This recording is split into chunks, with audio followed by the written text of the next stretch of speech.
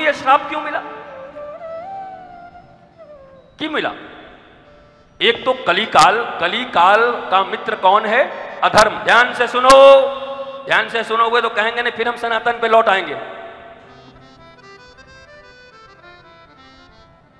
समझ लेना, फिर लौटेंगे फिर वही सनातन पे। जो ही हम कथा में प्रवेश किए सोई तुम्हारा मोबाइल बज रहा है। तुम भी ध्यान से सुनो, तुम ध्यान दोगे तभी ध्यान से इधर से होगा, नहीं तो हम भी ऊपर ऊपर निकल जाएंगे। महाराज अब परीक्षित ने जिसको स्वयं वरदान दिया, और आज आप लोग कहते हैं कि महाराज जी हम क्या कहें, हम जिसका जिसका साथ दिए ना वही हमारा बंटाधार कर दिया। ये तो महाराज पहले से हो रहा है। परीक्षित ने सोने में रहने का जगह दिया, परीक्षित के ऊपर ही पड़ गया वो। तो आज परीक्षित से क्या हुआ? पहले वो स्वर्ण मुकुट कलिकाल अधर्म का मित्र है। कलिकाल और अधर्म दोनों मित्र हैं। अधर्म जब आएगा जीवन में, कलिकाल का पहन लिया सोने का मुकुट, अधर्म आ गया जीवन में। अब परीक्षित जैसे विद्वान राजा जो गैया और बैल के दुख को देखकर दुखी हो जाते हैं, वो शिकार करने जा रहे हैं, जीव हत्या करने जा रहे हैं। राजा का काम है पालन करना प्रत्येक जीवों का, वनस्पतियों का, मनुष्यों का। वो आज चले शिकार को। जब नास मनुज पर छाता है तो कलिकाल के मित्र अधर्म के द्वारा पहले उसका विवेक मर जाता है।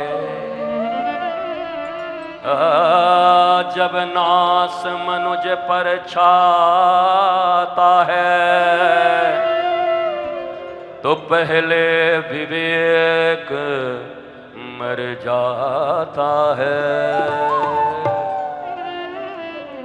आज सोने की मुकुट को पहन करके अधर्म उनके जीवन में आ गया, अपने ही राज्य में पशु मारने चले।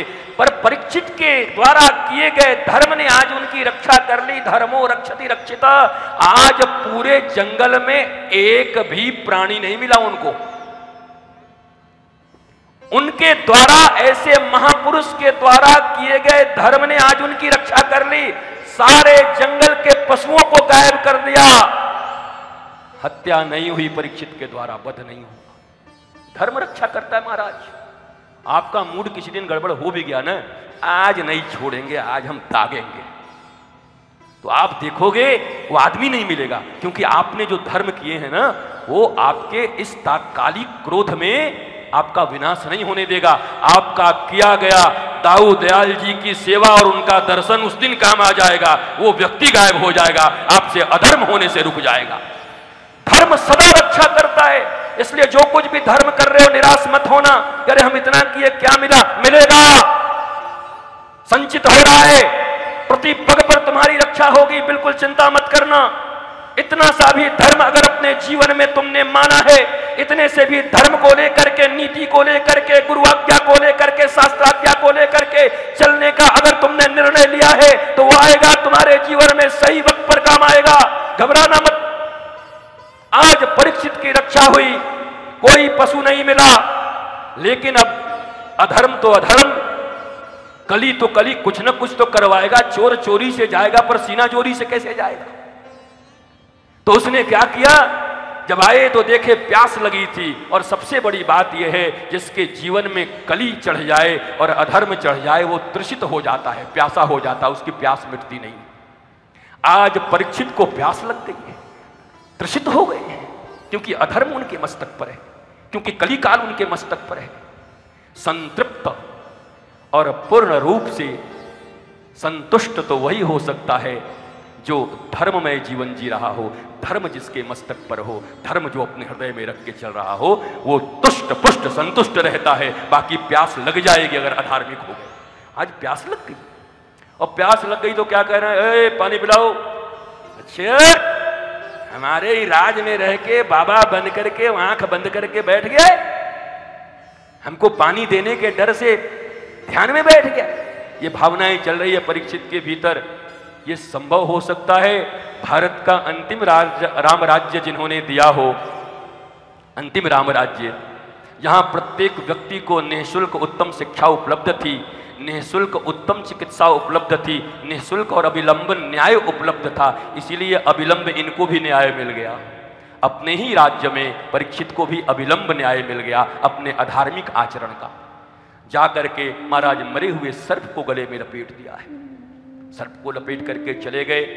अब वो तो सचमुच ध्यान में थे, पर कौशिकी नदी के तट पर बालकों के साथ क्रीड़ा कर रहे समीक के पुत्र श्रृंगी को जब ये पता चला तो रोने लगे। जैसे ध्रुव रोने लगा था 5 वर्ष का, ऐसे ही 5 वर्षीय महाराज 6 वर्षीय समीक के पुत्र रोने लगा। 6! राजा की इतनी हिम्मत, राजा ने ऐसा दुस्साहस और दुष्कर्म किया, एक मुनि के साथ ऐसा व्यवहार किया। और 5 वर्ष के बालक ने उठ करके श्राप दे दिया, जो अभी लंघित मर्यादम तक्षकः सप्तमे हनि। अब मैं बस इसी बात पर एक बात आपको कहूंगा। देखो बस उतने, देखो क्या है, उनको वो ये श्राप क्यों मिला? लंघित मर्यादा, मर्यादा का लंघन जब जब होगा तो श्राप चाहे मुनि से मिले, देव से मिले, माता पिता से मिल जाएगा, पड़ोसी से मिल जाएगा, प्रकृति से मिल जाएगा,